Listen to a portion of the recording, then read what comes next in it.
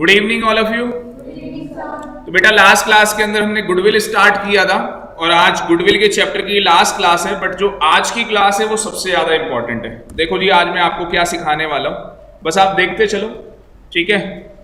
कुछ भी note down करने की आपको जरूरत नहीं है। मुझे गुडविल की क्या करनी है? वैल्यूएशन। वैल्यूएशन का मतलब कि सर आप अपनी गुडविल किसी को बेच रहे हो तो सामने वाला आपकी गुडविल को क्या करेगा? बोलो, पार्टिसिपेट करना है आपको, परचेस करेगा। तो अगर सामने वाला परचेस करेगा तो किस वैल्यू में उसे बेचेंगे, वो वैल्यू निकालनी है। अब वो वैल्यू निकालने के नीतू दो तरीके, या तो आप प्रॉफिट को बेस मान लो, या तो आप किसको बेस मान लो? प्रॉफिट को, या तो आप अपनी कैपिटल को बेस मान लो।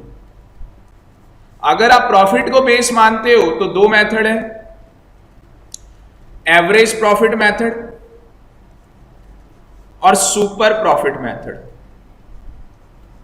मैंने आपको एवरेज प्रॉफिट मेथड का बताया था कि अगर एवरेज प्रॉफिट मेथड से गुडविल निकालनी हो तो एवरेज प्रॉफिट मल्टीप्लाई में नंबर ऑफ ईयर परचेस, और अगर सुपर प्रॉफिट मेथड से गुडविल निकालनी हो तो सुपर प्रॉफिट, जैसे यहां पे एवरेज प्रॉफिट आया था तो यहां पे सुपर प्रॉफिट मल्टीप्लाई में क्या?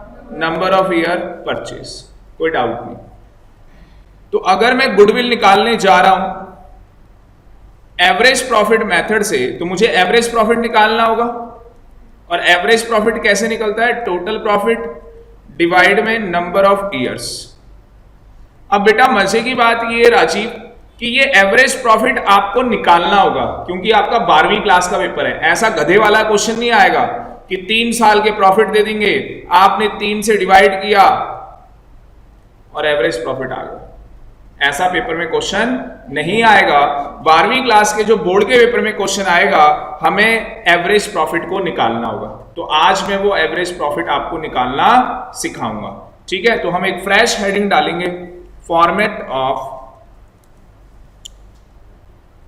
बस आप देखते चलो, format of adjustment of average profit. किसकी एडजस्टमेंट? एवरेज प्रॉफिट की एडजस्टमेंट, क्योंकि यही इस चैप्टर के अंदर सिरदर्दी है। जैसे अगर बात करें तो पहले चैप्टर के अंदर जो थोड़ी सी सिरदर्दी है वो पास्ट एडजस्टमेंट में है और किसी में नहीं है तो वो भी आसान अगर आपको तरीका पता है। तो इसके अंदर जो है वो सारी सिरदर्दी किसमें है? एवरेज प्रॉफिट के अंदर। उसके अलावा और किसी चीज में आपको प्रॉब्लम नहीं आने वाली, ठीक है। अब ये कैसे निकाला जाएगा? तो हम इस तरीके से फॉर्मेट बनाएंगे अपने एग्जाम में।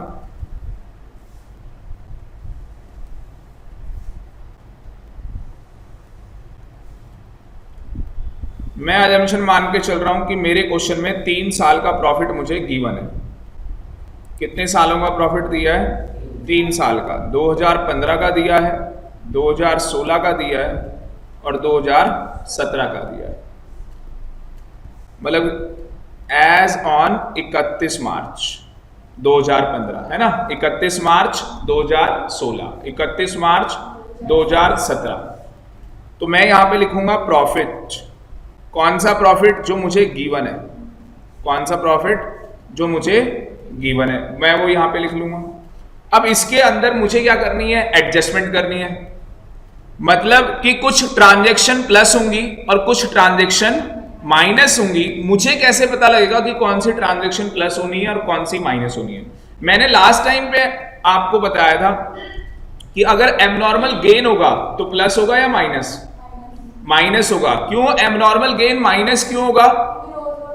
क्योंकि सर डेली डेली गेन नहीं होता, डेली हमारी लॉटरी नहीं लगेगी।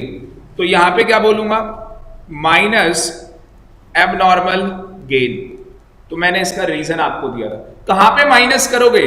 सर जिस साल का होगा, जिस साल का वो होगा। तो इफ एनी, अगर वो है कहां गिवन होगा? क्वेश्चन में। क्वेश्चन में वो गिवन होगा। जिस साल का होगा बस उसी साल का लेना है, उसके अलावा और किसी साल का नहीं लेना। अगर आपको एबनॉर्मल लॉस हो जाएगा तो उसे प्लस करेंगे। तो मान लो यहां पे दिया हुआ है इफ एनी, जिस साल का होगा बेटा उसी साल का करोगे एडजस्टमेंट, बाकी किसी साल का नहीं होगा। ठीक, अब थोड़ा सा हटके एक टॉपिक बताने जा रहा हूं, फिर वापस यहां पे आऊंगा। आपने क्लोजिंग स्टॉक का नाम सुना होगा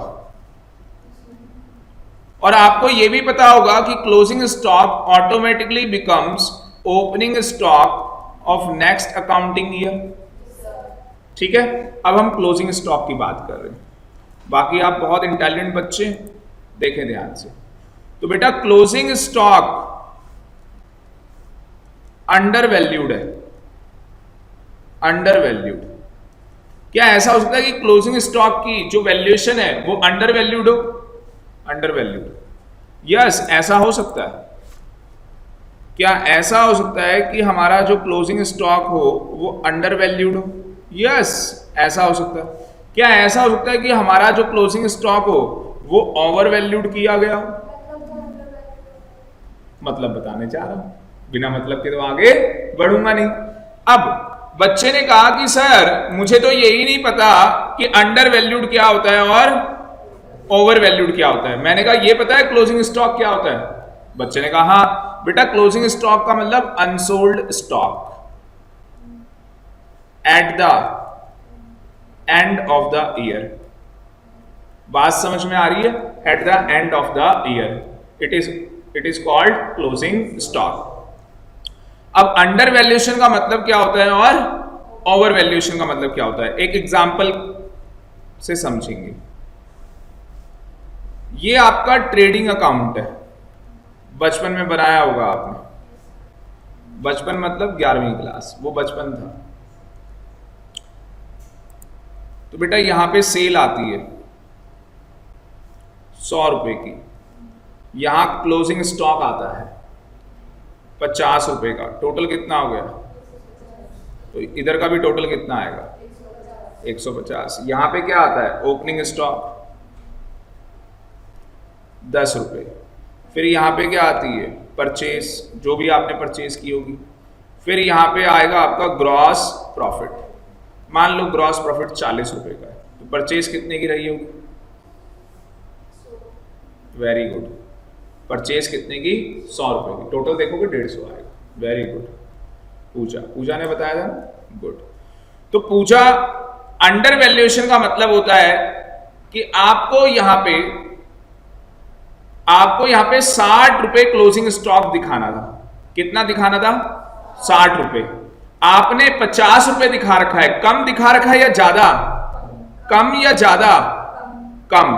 कम को बोलते हैं अंडर वैल्यूएशन। अब मुझे बताओ, अगर मैंने क्लोजिंग स्टॉक कम दिखाया है तो मेरा जो प्रॉफिट होगा वो कम आ रहा होगा या ज्यादा? अगर मेरा क्लोजिंग स्टॉक अंडर वैल्यूड है, अंडर वैल्यूड का मतलब क्या कि सर 60 रुपए दिखाने थे, आपने कितने दिखाए? 50, अंडर वैल्यूड हो गया या नहीं हो गया? वेरी गुड, तो प्रॉफिट मेरा क्या होगा? कम होगा। अगर मैं यहां पे नीतू 60 रुपए दिखाता तो बेटा मेरा प्रॉफिट कितना होता? 50 रुपए। अगर मैं यहां पे 60 रुपए दिखाता तो मेरा प्रॉफिट कितना आता? 50 रुपए। बात समझ में आ रही है आपको? ठीक है, तो आपको नहीं लग रहा कि जो हमारा प्रॉफिट है वो 10 रुपए से कम हो गया? आपको नहीं लग रहा कि जब हमारी कोई गुडविल खरीदेगा तो उस टाइम पे उसको कौन से प्रॉफिट में गुडविल बेची जाए? ट्रू प्रॉफिट में। तो बताओ 10 रुपए को प्लस करना चाहिए या माइनस? प्लस करना चाहिए। इसका मतलब कि अगर कोई फिगर अंडर वैल्यूड है, अगर हमारा क्लोजिंग स्टॉक अंडर वैल्यूड है तो राजीव वो क्या होना चाहिए? प्लस होना चाहिए। और सर हमारे पास उसका लॉजिक है, क्योंकि हमारा 10 रुपए से प्रॉफिट कम हो रखा है, हमें 10 रुपए से प्रॉफिट बढ़ाना है। देखो लॉजिक पता है आपको, और ये ट्रांजैक्शन आती है गुडविल के अंदर, ये ट्रांजैक्शन आती है। बात समझ में आ रही है?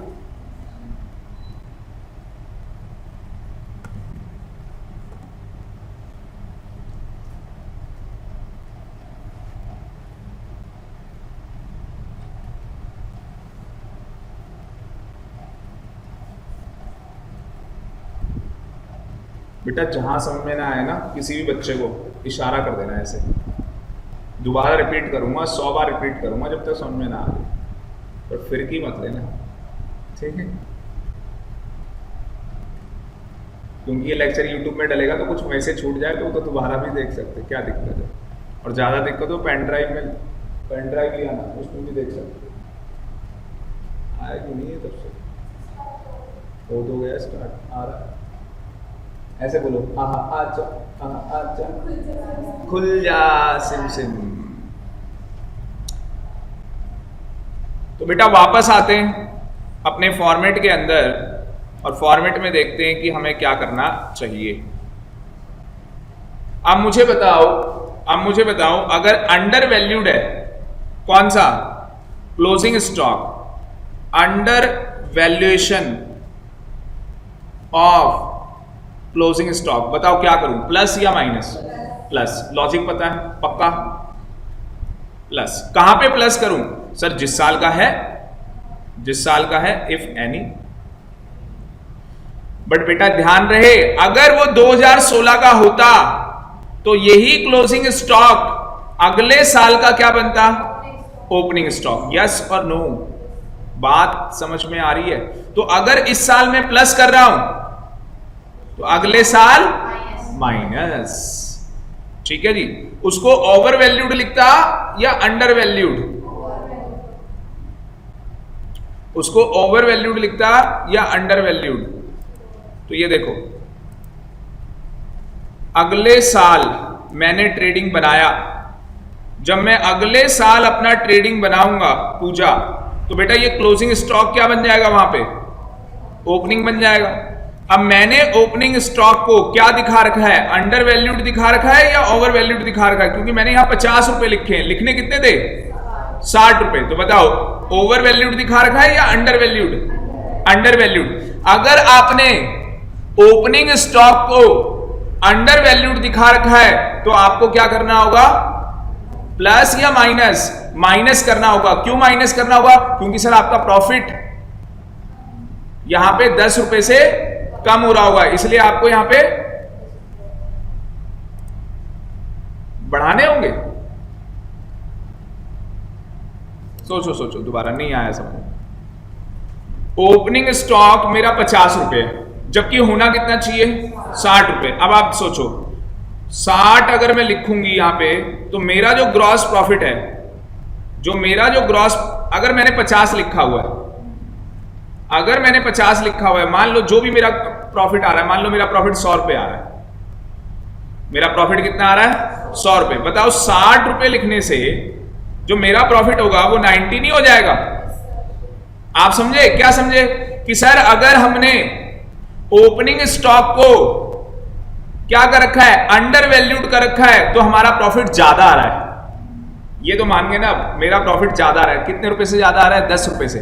और सर आपको प्रॉफिट कितना दिखाना है? 90 रुपीज। तो बताओ अगर मेरा ओपनिंग स्टॉक अंडर वैल्यूड है तो प्लस या माइनस? अब रीजन मिल गया होगा। क्या रीजन है? क्योंकि सर आपका जो प्रॉफिट है वो 10 रुपए से ज्यादा है, इसीलिए। रीजन आज याद रहेगा, कल भूल जाएंगे, वीडियो से बार बार देखेंगे। मान लो ये इस साल का है, इफ एनी, तो क्या ये अगले साल का क्लोजिंग बनेगा? नहीं, ओपनिंग कभी क्लोजिंग नहीं बन सकता। चाहे धरती फट जाए, आसमान फट जाए, ओपनिंग कभी क्लोजिंग नहीं बन सकता। और अगर बन गया तो भाई बिजनेस बंद कर ले। मैं आया था तो मैं पढ़ा रहा था आपको, partnership is a relationship between a person. मैंने डेफिनेशन पढ़ाई, मैं पूरे साल यही डेफिनेशन पढ़ाते रहा। भाई आप पागल हो और मैं उससे बड़ा पागल।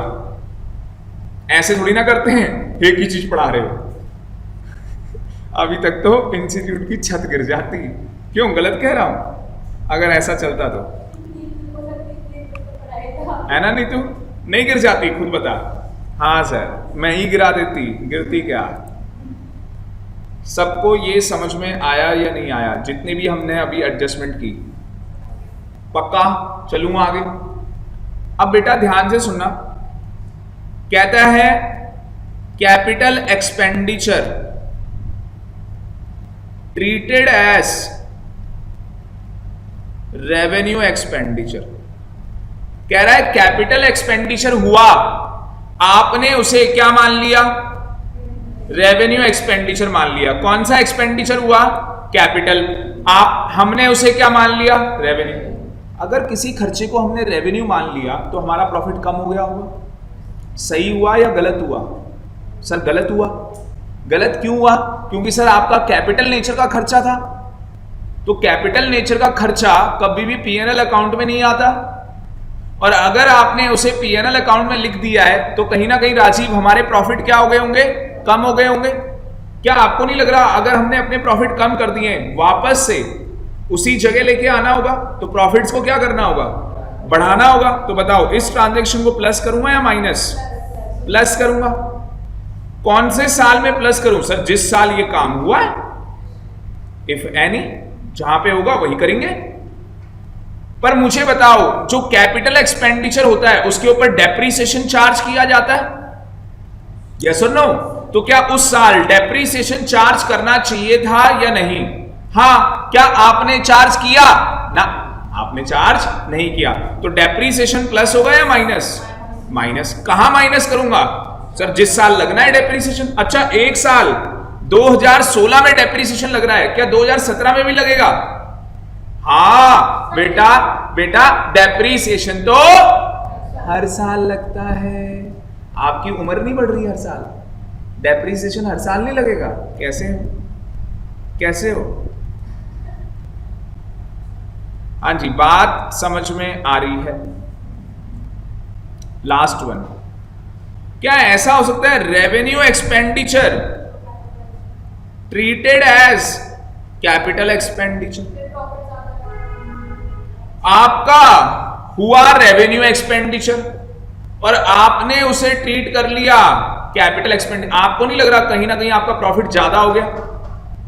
भाई जो खर्चा पीएनएल में दिखाना था आपने नहीं दिखाया, तो बताओ क्या होगा? माइनस।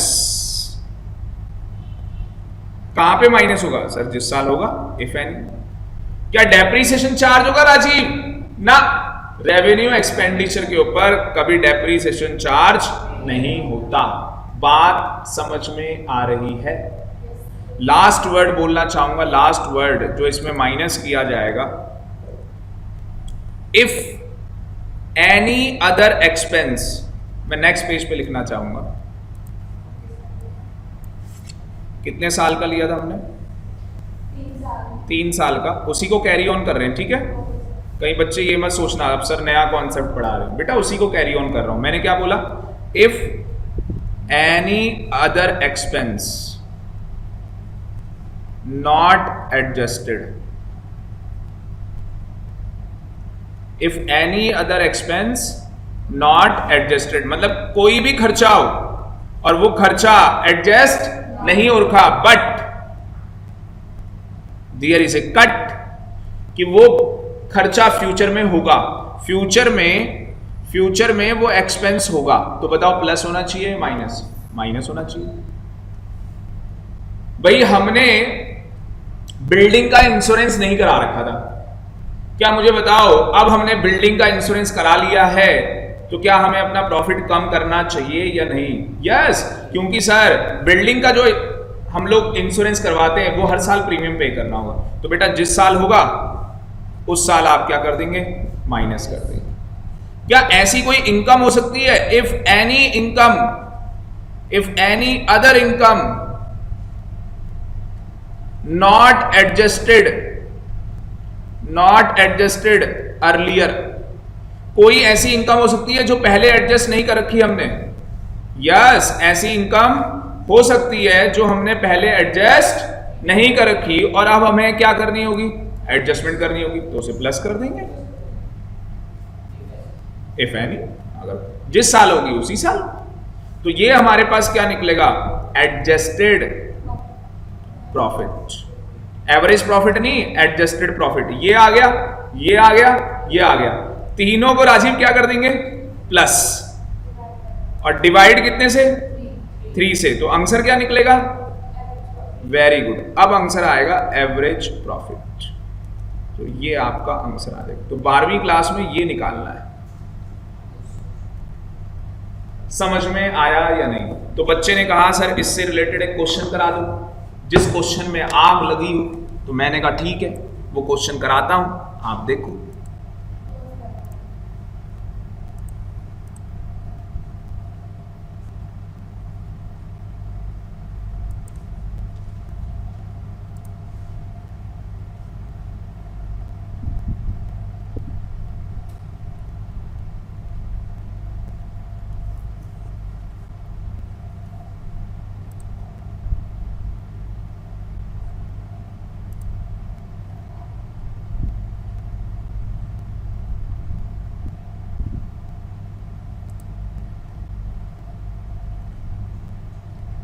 क्या हो गया?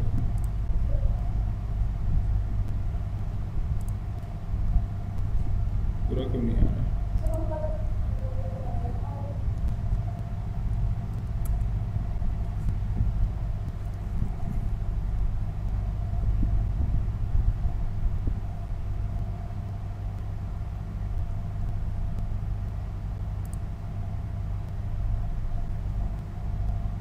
क्वेश्चन ही नहीं मिल रहा आग लगने वाला। ये मैंने करा दिया था आपको 9th, इलिस्ट्रेशन 9th करा दिया था नहीं ना?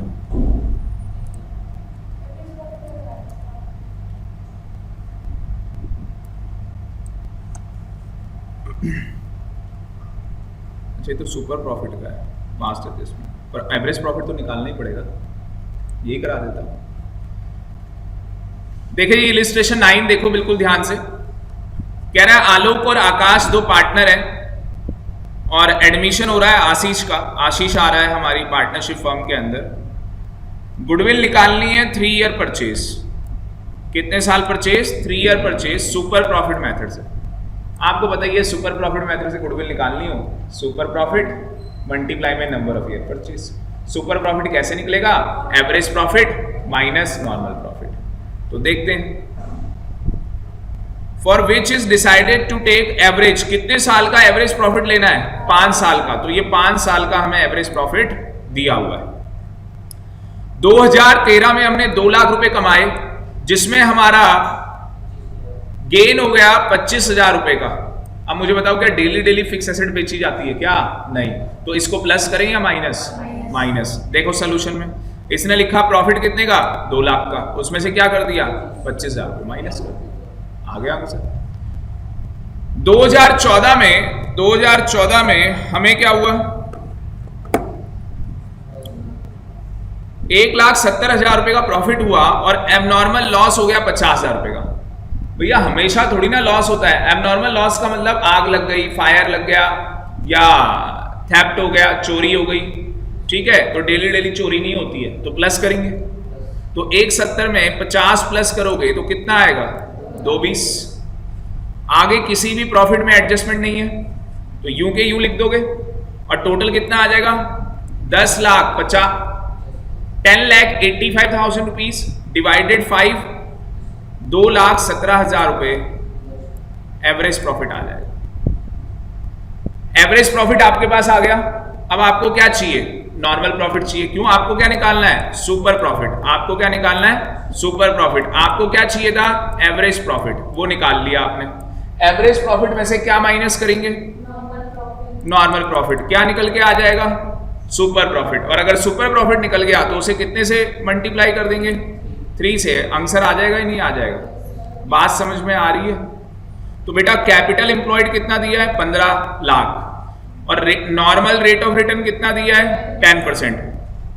नॉर्मल प्रॉफिट कैसे निकलेगा? 15 लाख मल्टीप्लाई में 10%। तो नॉर्मल प्रॉफिट कितना आ जाएगा?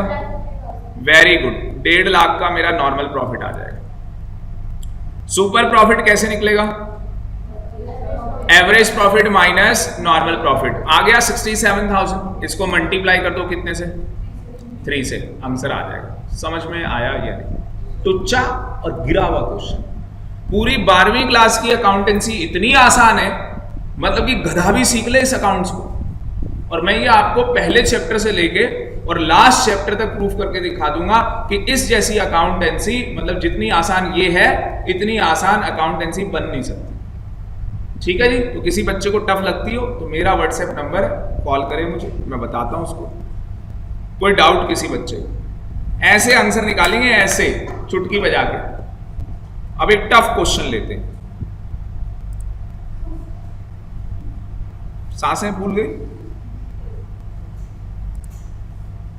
टफ क्वेश्चन चला गया पता नहीं कहां।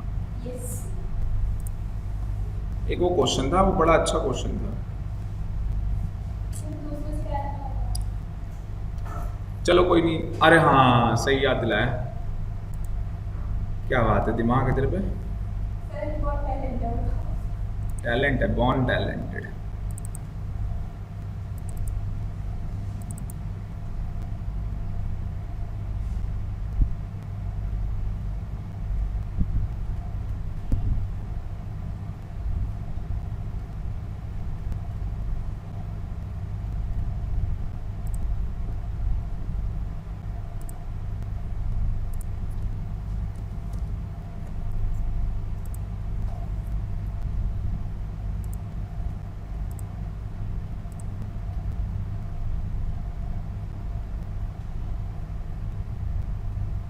इसमें आग लग रही है, ये करा दिया था।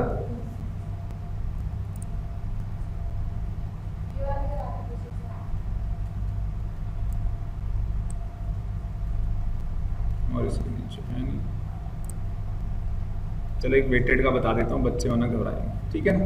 बाकी कोई दिक्कत होगी तो मैं तो यही हूँ आपके साथ। चलो जी, इलिस्ट्रेशन 7 देखेंगे। कई बच्चों की मेरे पास रिक्वेस्ट आई है कि सर ये वेटेड एवरेज प्रॉफिट मेथड क्या होता है। तो बेटा ये कुछ नहीं है। आपने देखा कि हमारे जो प्रॉफिट है कई बार क्या होता है, बढ़ते चले जाते हैं, तो हम उसको क्या है, रैंक देना चाहते हैं। क्या देना चाहते हैं? रैंकिंग देना चाहते हैं। तो इसको ना प्रोडक्ट मेथड से निकाला जाता है। कैसे निकाला जाता है वो मैं अभी बताऊंगा। तो वेटेड एवरेज प्रॉफिट मेथड कहां पे लगता है? जहां पे या तो प्रॉफिट बढ़ते चले जाए या कभी प्रॉफिट कभी लॉस, तो हम लोग उसकी क्या करते हैं, रैंकिंग करते हैं। अब इसका फॉर्मूला क्या है? अगर हम फॉर्मूले की बात करें तो फॉर्मूला बड़ा आसान है। आपको गुडविल निकालनी है। कौन से मेथड से? वेटेड एवरेज प्रॉफिट मेथड से। तो वेटेड एवरेज प्रॉफिट ले लो, मल्टीप्लाई में number of year purchase. Weighted average profit कैसे निकलेगा? टोटल प्रॉफिट कर दो। किसका टोटल प्रॉफिट? प्रोडक्ट का। अभी सिखाऊंगा प्रोडक्ट का कैसे होगा। और वेट का भी टोटल कर दो। तो बड़ा आसान है। देखो राजीव क्या कर रखा है। आपको कितने सालों का प्रॉफिट दिया है? 1 2 3 4 5 साल का आपको प्रॉफिट दे रखा है। 90,000 बोलते चलो, 80,000, 1,25,000, 1,50,000, 1,75,000। आप देख रहे हो प्रॉफिट बढ़ता चला जा रहा है। प्रॉफिट अप एंड डाउन कुछ भी हो सकता है, नहीं तू ठीक है। हमारी क्लास में सबसे इंटेलिजेंट बच्चा है, बच्ची है। तो बेटा इसकी ना रैंकिंग होती है। इसकी क्या होती है? रैंकिंग। क्या इसने रैंकिंग दे रखी है? यस। इसने बोला है कि जो हमने 2013 में प्रॉफिट अर्न किया है उसका वेट है 1, उसके बाद 2014 का वेट है 2। तो ये आप वेट असाइन कर देंगे। ये आपको क्वेश्चन में गिवन होगा। आपको ये प्रॉफिट निकालना होगा। सर ये प्रॉफिट कैसे निकलेगा? नालायक, अभी तो सिखाया कि अगर क्वेश्चन में कोई एडजस्टमेंट दे रखी हो तो उस प्रॉफिट की क्या होगी? एडजस्टमेंट। कैसे करेगा एडजस्टमेंट? सर 2013 में 90,000 रुपए कमाए, आग कब लगी है? 2013 में। आग कब लगी है? 2013 में। और अगर आग लगी है तो प्लस कर दोगे। उल्टा करना है। आग लगी है, आपको लग रहा है पैसे कम हो गए होंगे, तो आपको उल्टा करना है। ठीक है जी। तो प्लस कर दोगे, कितना आ जाएगा? 1,5। इसको बोलते हैं एडजस्टेड प्रॉफिट। अगले में लॉटरी लग गई, एबनॉर्मल गेन हो गया, कितने का? 10,000 का। कौन से साल में? 2015। तो 2015 में एडजस्टमेंट होगी। जिस साल घटना घटेगी उसी साल एडजस्टमेंट होगी। गेन प्लस या माइनस? माइनस होगा। अब उसके बाद देखो घटना कब घटी है। Closing stock over valued. कौन से साल का?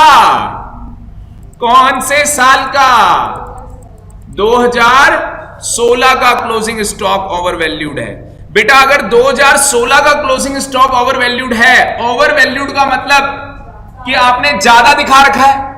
अगर क्लोजिंग स्टॉक ज्यादा दिखा रखा होगा तो प्रॉफिट भी ज्यादा हो रहा होगा, तो इसे क्या कर देंगे, माइनस कर देंगे। तो ये देखो हमने 15,000 को क्या कर दिया, माइनस कर दिया। सर आपने कहा था जो क्लोजिंग स्टॉक होगा वो अगले साल का ओपनिंग स्टॉक हो जाएगा। पिछले साल प्लस किया था, माइनस किया था, इस साल प्लस हो जाएगा। कितना प्लस होगा, 15,000। ये बोर्ड के पेपर में एडजस्टमेंट आनी है। और सारे नालायक गधे क्या करेंगे, नमस्ते लंदन, एक बार एडजस्टमेंट कर दी 15,000 की एक बार एडजस्टमेंट कर दी, उसके बाद नहीं करने वाले, और उनकी हो जाएगी टाटा फिश। और हम क्या करके आएंगे, सावधान इंडिया। आपको मैंने दिखाया कि क्लोजिंग स्टॉक अगले साल का ओपनिंग होगा, और अगर क्लोजिंग स्टॉक अंडर वैल्यूड है तो माइनस होगा और ओपनिंग प्लस होगा। और इसका उल्टा कि अगर क्लोजिंग स्टॉक अंडर वैल्यूड होता, अगर क्लोजिंग स्टॉक यहां पे अंडर वैल्यूएशन होता तो हम क्या करते, प्लस, और अगले साल माइनस। बात समझ में आ रही है। तो बेटा ये राजीव सारे आपके पास क्या निकल गए, एडजस्टेड प्रॉफिट। इन सारे एडजस्टेड प्रॉफिट को यहां पे लिखोगे, और ये आपको वेट इनके बता रखे हैं, क्वेश्चन में गिवन है। वेट का टोटल करोगे 15, अब इसको इससे मल्टीप्लाई करोगे, ये इससे मल्टीप्लाई होता चला जाएगा।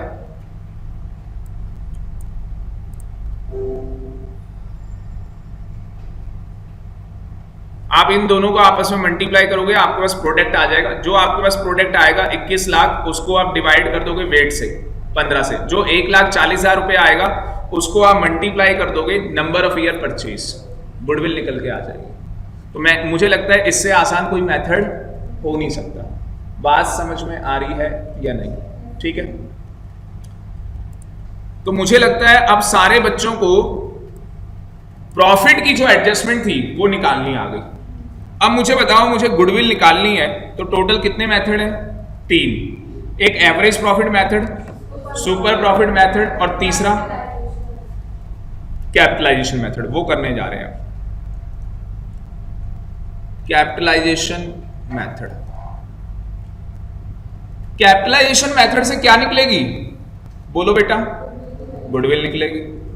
मैंने पहले ही आपको बताया, मुझे समझ में नहीं आया कि जब सभी से गुडविल निकलनी है तो इन्होंने अलग अलग मेथड क्यों बनाए। क्योंकि सर एवरेज प्रॉफिट अलग बेस है, सुपर प्रॉफिट का अलग बेस है, और कहीं लोग चाहते हैं कि जब अपना बिजनेस बेचें तो वो कैपिटल के हिसाब से बेचें। किसके हिसाब से बेचें, कैपिटल के।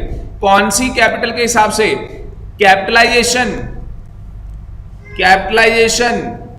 ऑफ एवरेज प्रॉफिट मेथड, या कैपिटलाइजेशन किसकी, वेरी गुड, कैपिटलाइजेशन किसकी, सुपर प्रॉफिट मेथड की।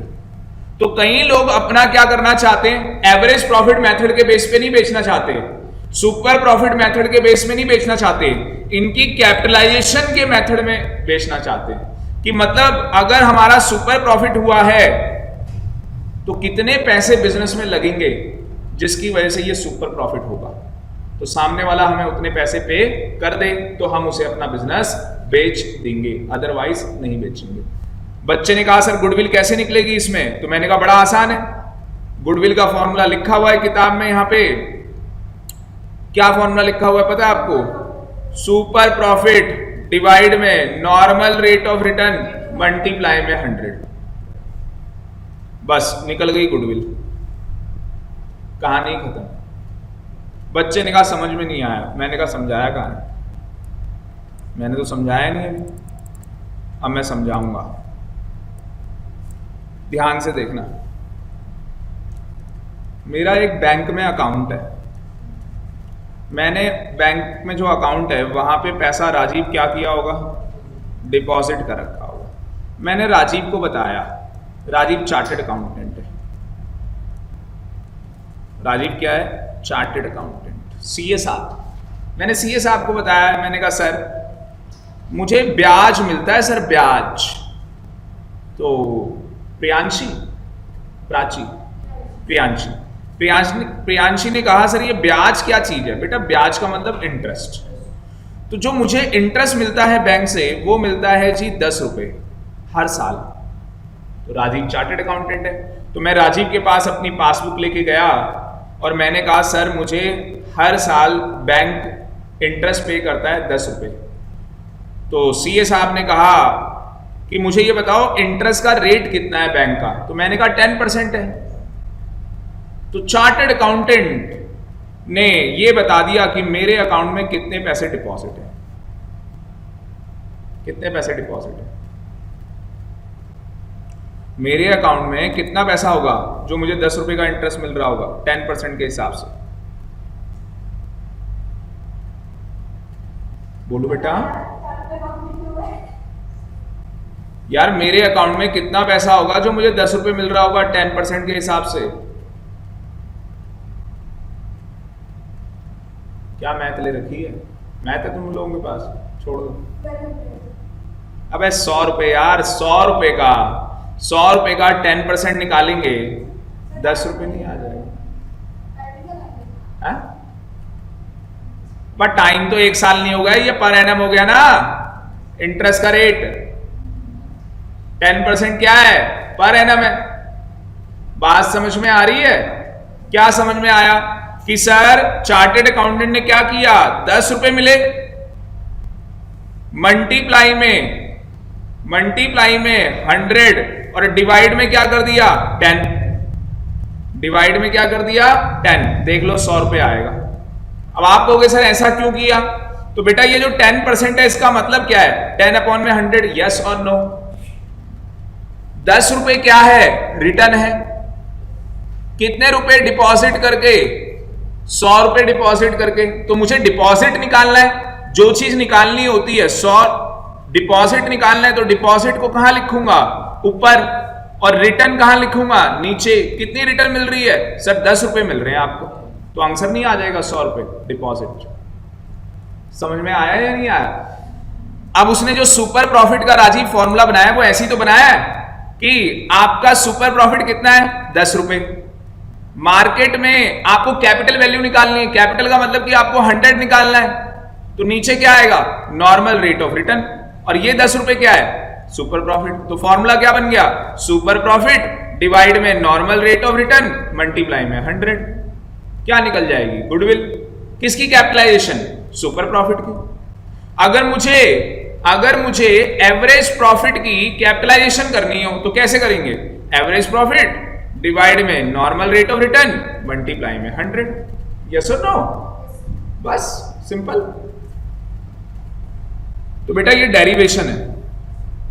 अब पता लगा ये फॉर्मूला कैसे बना है, सर कुछ नहीं है, सुपर प्रॉफिट को अगर कैपिटलाइज कर रहा है तो 100 ऊपर आएगा, नॉर्मल रेट ऑफ रिटर्न नीचे आएगा, और मल्टीप्लाई में सुपर प्रॉफिट से कर देंगे तो उसकी कैपिटलाइज वैल्यू आ जाएगी।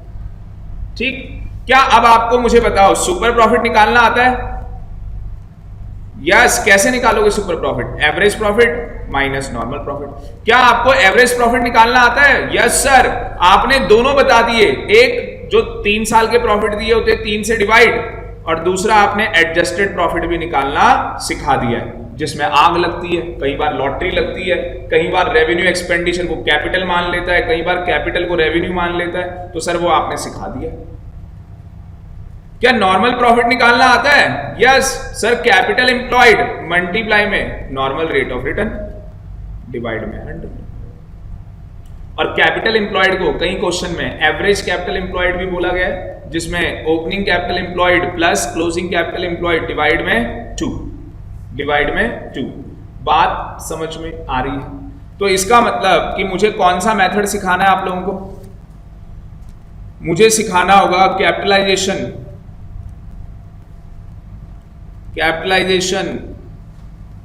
Of average profit method. क्यों मुझे ये क्यों सिखाना होगा, क्योंकि बेटा यहां हम गुडविल निकालेंगे, पर किसकी कैपिटलाइजेशन करके, एवरेज प्रॉफिट की। और अगर एवरेज प्रॉफिट की कैपिटलाइजेशन करनी है तो वही एवरेज प्रॉफिट डिवाइड में नॉर्मल रेट ऑफ रिटर्न और मल्टीप्लाई में कितना 100। किसकी कैपिटलाइजेशन हो जाएगी, एवरेज प्रॉफिट की। अब बेटा मेरी बात को ध्यान से सुनना, अगर आप एवरेज प्रॉफिट की कैपिटलाइजेशन करते हो तो आपके पास पता है ये करके क्या निकलेगा, capitalized total capitalised value of the firm. Total capitalize value of the firm का मतलब कि टोटल मेरे फर्म की ये वैल्यू है, टोटल मेरे फर्म की क्या है, ये वैल्यू है। अब हमारी किताब में लिखा है कि इसमें से माइनस किया जाएगा नेट एसेट्स। सुपर प्रॉफिट में तो हमने माइनस नहीं किया, पर हमारी किताब में यहां पे लिखा है कि इसमें से क्या माइनस किया जाएगा, नेट एसेट। और नेट एसेट में उन्होंने बोला है, नेट एसेट का मतलब क्या है, ऑल एसेट्स, सारी एसेट ले लो पर उसमें से माइनस कर दो। नंबर 1 फिक्टिशियस एसेट माइनस कर दो। अभी आपको बताऊंगा फिक्टिशियस एसेट कौन सी होती है। नंबर 2 उन्होंने बोला है नॉन ट्रेड इन्वेस्टमेंट माइनस कर दो।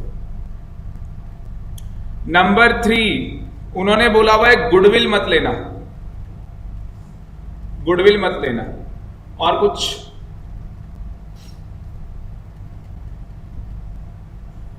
बस ये सब माइनस कर दो, आपके पास नेट एसेट आ जाएगी और उसमें से माइनस करोगे गुडविल निकल के आ जाएगी। पर किसी को इसका लॉजिक नहीं पता इंडिया में, पूरे इंडिया में लोगों को नहीं मालूम है। 10 में से मतलब एक आदमी को पता होगा, तो वो आदमी मैं हूं। देखो आपको बताता हूं इसका लॉजिक क्या है। मैंने पहले भी अपनी क्लास में बोला है किसी फॉर्मूले को रटने की जरूरत नहीं है। देखो क्यों बेटा, फॉर्मूले तो ऐसे ही याद कर लेंगे, पर अगर फॉर्मूले का लॉजिक पता होगा तो इजीली निकाल लेंगे। हम इस चैप्टर में क्या निकाल रहे हैं, गुडविल। हमने प्रॉफिट को बेस रख के भी गुडविल निकाली और अब प्रॉफिट को कैपिटलाइज करके गुडविल निकाल रहे हैं, क्योंकि सर हर आदमी की अलग सोच। यस और नो?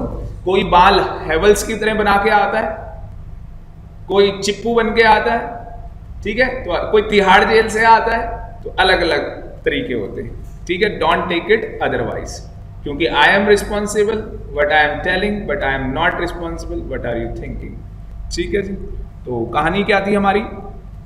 हाँ, मैं आपको एक एग्जाम्पल समझा रहा हूं, भूल जाओ आप अकाउंट्स की क्लास लेने आए, भूल जाओ। हम तो मूवी देखने आए थे आज, बाहुबली पार्ट 2, पर ये बाहुबली पार्ट 2 नहीं है, ये अकाउंट्स का बाहुबली है। तो ये देखो जी, ये है बैलेंस शीट। अब कोई मुझे ये मत सिखाना सर बैलेंस शीट का फॉर्मेट चेंज हो गया है, तू तो नालायक है, मुझे पता है चेंज हो गया, वो तो कंपनीज एक्ट में हुआ है, पार्टनरशिप में थोड़ी ना हुआ है। बात समझ में आ रही है? और अगर पार्टनरशिप में जहां हुआ है वो भी मुझे पता है, मुझे सिखाएंगे, बताओ सिखाना है तो व्हाट्सएप करो, वहां सिखाओ मुझे। तो यहां पे फिक्स एसेट, फिर कई बच्चे मुझे सिखाते हैं सर आजकल तो नॉन करंट एसेट होती है, तो मुझे पता है करंट एसेट। यहां बाल सफेद हो गए, 1947 से पढ़ा रहा हूं। कब से पढ़ा रहा हूं? 1947 से, ठीक है, 1947, बिफोर इंडिपेंडेंस। मजाक लग रहा है तुम्हें? कैपिटल, लोन,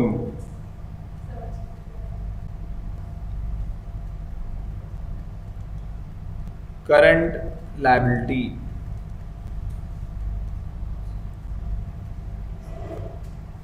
अब बेटा मुझे ध्यान से बताना और ईमानदारी से बताना मुझे, क्या कैपिटल और लोन को प्लस करके कैपिटल एम्प्लॉयड निकलता है या नहीं निकलता?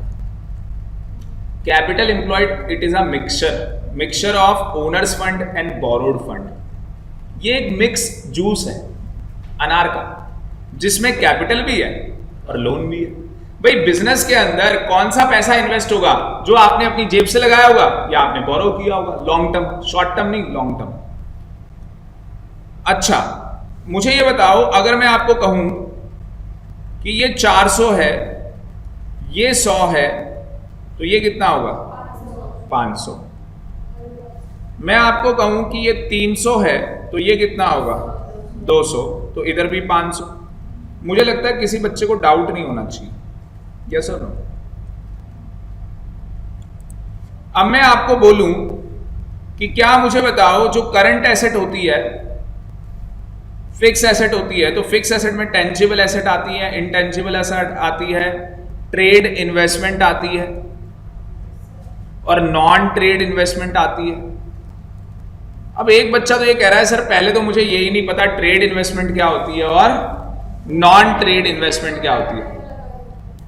बेटा ट्रेड इन्वेस्टमेंट का मतलब है कि वो इन्वेस्टमेंट जो पैसा आप अपने बिजनेस के अंदर यूज कर रहे हैं, और नॉन ट्रेड इन्वेस्टमेंट का मतलब है कि आपकी पार्टनरशिप फर्म ने बाहर पैसा इन्वेस्ट कर दिया।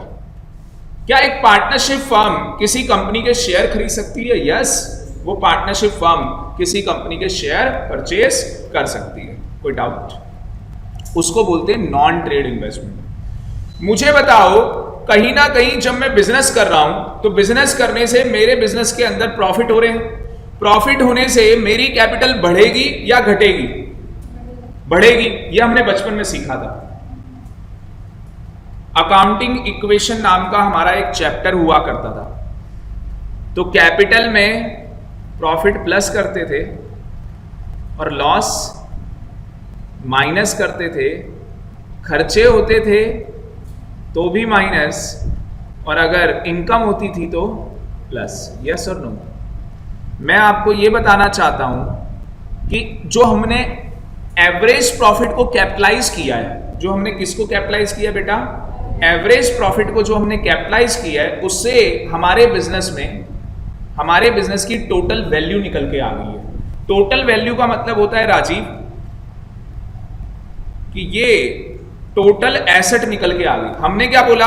अगर आप एवरेज प्रॉफिट को कैपिटलाइज करोगे तो आपके पास total capitalised value of the firm निकल के आ जाएगी। यस और नो? क्या निकल के आ जाएगी? Total capitalize value of the firm. Total capitalize value of the firm का मतलब कि हमारी जो फर्म है उसकी ये वैल्यू है। क्या मैं बोल सकता हूं total capitalize value of the firm का मतलब क्या? कि हमारी फर्म की ये टोटल एसेट हो गई। आपको नहीं लग रहा टोटल एसेट के अंदर ही गुडविल छुपी हुई है? यहां पे गुडविल यहीं पे तो छुपी हुई है। अब अगर मुझे ये गुडविल पता करनी है तो मैं क्या करूं? सर अगर आपको ये गुडविल पता करनी है तो आप क्या करो? सर टेंजिबल एसेट ले लो, आप ट्रेड इन्वेस्टमेंट ले लो। सर नॉन ट्रेड मत लो। क्यों? क्योंकि सर हमें वो ही कैपिटल लेनी होती है जिससे हम पैसा अर्न कर रहे हैं अपने बिजनेस से। सर ये तो वो इन्वेस्टमेंट है जो बाहर लगी हुई है। नो डाउट प्रॉफिट हो रहा है, आप पैसा कमा रहे हो, पर ये कैपिटल बिजनेस के अंदर यूज नहीं हो रही, तो हमें तो बिजनेस की गुडविल निकालनी है। तो बिजनेस की गुडविल उसी पैसे से निकलेगी जो पैसा बिजनेस के अंदर यूज हो रहा होगा, जो बाहर यूज हो रहा है उससे नहीं निकलेगी। अच्छा, कई एसेट यहां पे ऐसी हो सकती हैं जो फिक्टिशियस एसेट हो। यस, जैसे फिक्टिशियस एसेट क्या होती है मैं आपको बता दूं, जिसकी कोई वैल्यू नहीं होती। जैसे एडवर्टाइजमेंट एक्सपेंडिचर, हमने एडवर्टाइजमेंट के ऊपर पैसा खर्च कर दिया तो उस चीज का प्रियांशी नाम है, प्रियांशी हमें अवार्ड मिलेगा, हमें वो पैसा मिलेगा, पर कुछ टाइम के बाद मिलेगा।